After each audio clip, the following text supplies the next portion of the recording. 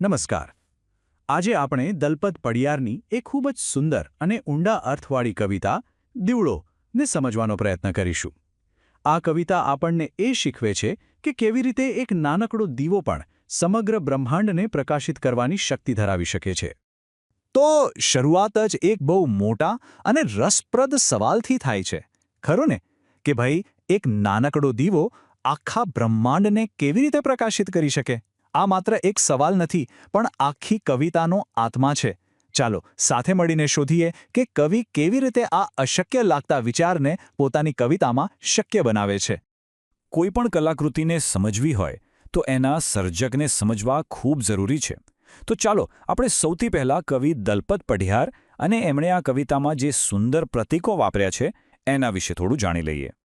તો કવિ દલપત પઢિયારનો જન્મ 1 જાન્યુઆરી 1950ના રોજ ગુજરાતના કહાનવાડી ગામમાં થયો હતો.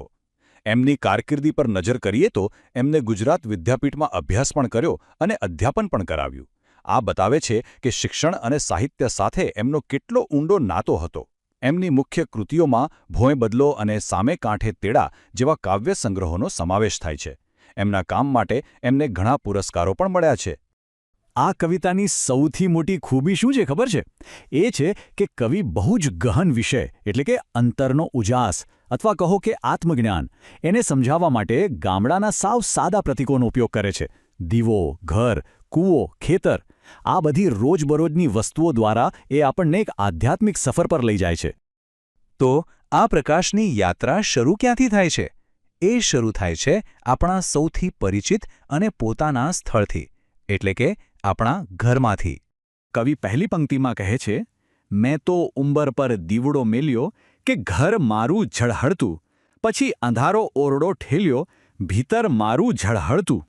જુઓ, અહીં ઉંબરો એ ઘરની હદ છે. જેવો દીવો ઉંબરા પર મુકાયો આખું ઘર પ્રકાશિત થઈ ગયું.